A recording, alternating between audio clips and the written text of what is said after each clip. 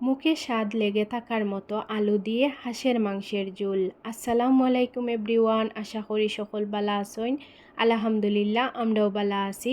আমি সিলেটি ফুরি আমার ফার্স্ট রান্নার রেসিপি আপনারা লগে শেয়ার করলাম।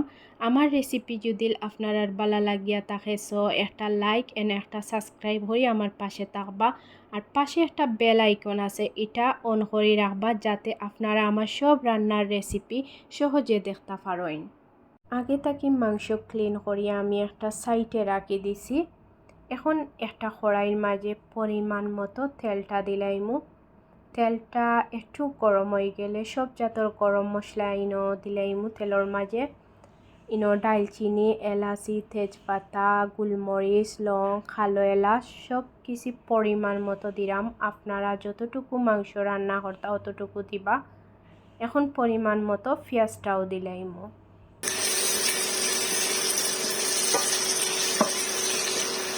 পেঁয়াজটা একটু নরম হওয়ার পর পরিমাণ মতো লবণটা দিলাইমু। লবণটা দিলে পেঁয়াজটা আরও তাড়াতাড়ি নরম হয়।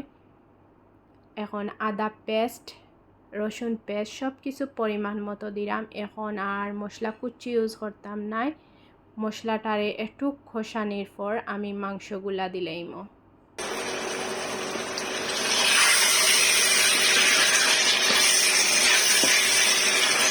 মাংস আর পেঁয়াজটা মজার লাগি 15 মিনিট মাংসটারে জাল দিমু। 15 মিনিট পর মাংসর লুক দেখো কাজে নাইস একটা লুক আইসে, তেলটা উপরে উঠে গেছে। আপনারাও আমার লাহানোলান ট্রাই করবা, অবশ্যই ভালো লাগবো। এখন সব জাতর মশলার পাউডার দিলাইমু। এখানে মরিচের পাউডার, হলুদের পাউডার, জিরা পাউডার, ধনিয়ার পাউডার, গরম মশলার পাউডার সব কিছু আমি পরিমাণ মতো দিছি।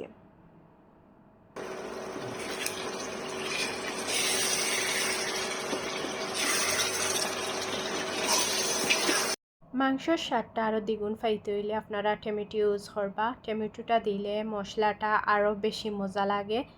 আমি আস্তে একটা টমেটো ইউজ করছি মাংসর মাঝে, ফ্লেভারটা যে মজা হয় টমেটো দেওয়ার পর। এখন আমি মাংসটারে আরও একটু কষাইমু, কষাইয়া 10 মিনিট জাল দিমু মাংসটারে। 10 মিনিট পর মাংসটা কি অনেক পরিমাণ তেল বার হইছে। সাধারণত আসর মাংস তো প্রচুর পরিমাণ তেল থাকে। এখন আলুগুলা দিলাইমু। আলু দেওয়ার পর মাংস আর আলুটারে আর একটু কষাইমু। আপনারা গরম পানি ইউজ করবা। এখন মাংস পুরাপুরি সিদ্ধ করার লাগি গরম পানি দিয়া 15 মিনিট মাংসটারে জাল দিমু।